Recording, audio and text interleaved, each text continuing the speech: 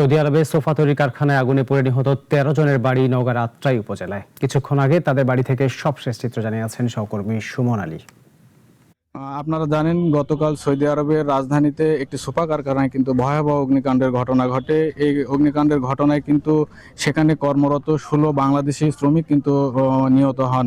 এর মধ্যে কিন্তু এই আত্রাই উপজেলার অর্থাৎ নওগাঁর আত্রাই উপজেলার ১৩ জন রয়েছেন। আমি এই মুহূর্তে আছি আত্রাই উপজেলার ওহালি গ্রামে।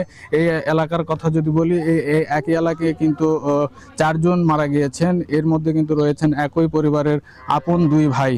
স্বজনরা রয়েছেন, তারা কিন্তু কান্নায় ভেঙে পড়েন এবং এইসব পরিবারগুলোতে কিন্তু চলছে এক ধরনের শোকের মাতম।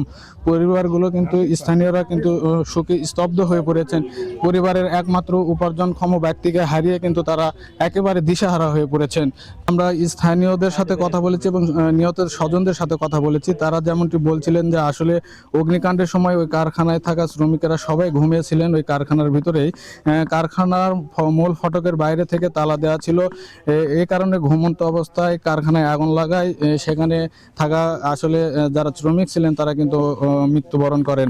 যারা মারা গিয়েছেন তাদের মরদেহগুলো যেন দ্রুতই সরকার পরিবারের কাছে হস্তান্তর করেন সেই দাবি কিন্তু তারা জানিয়েছেন। আরেকটি বিষয় জানিয়ে রাখি, এই মৃত্যুর খবর পাওয়ার পর থেকে কিন্তু স্থানীয় প্রশাসনের কর্মকর্তারা কিন্তু নানাভাবে এই সব পরিবারের খোঁজ খবর নিচ্ছেন এবং তাদেরকে সার্বিক সহযোগিতার আশ্বাস দিচ্ছেন। তো এই ছিল আসলে নওগাঁ থেকে আমার কাছে সৌদি আরবের নিহতের সর্বশেষ খবর।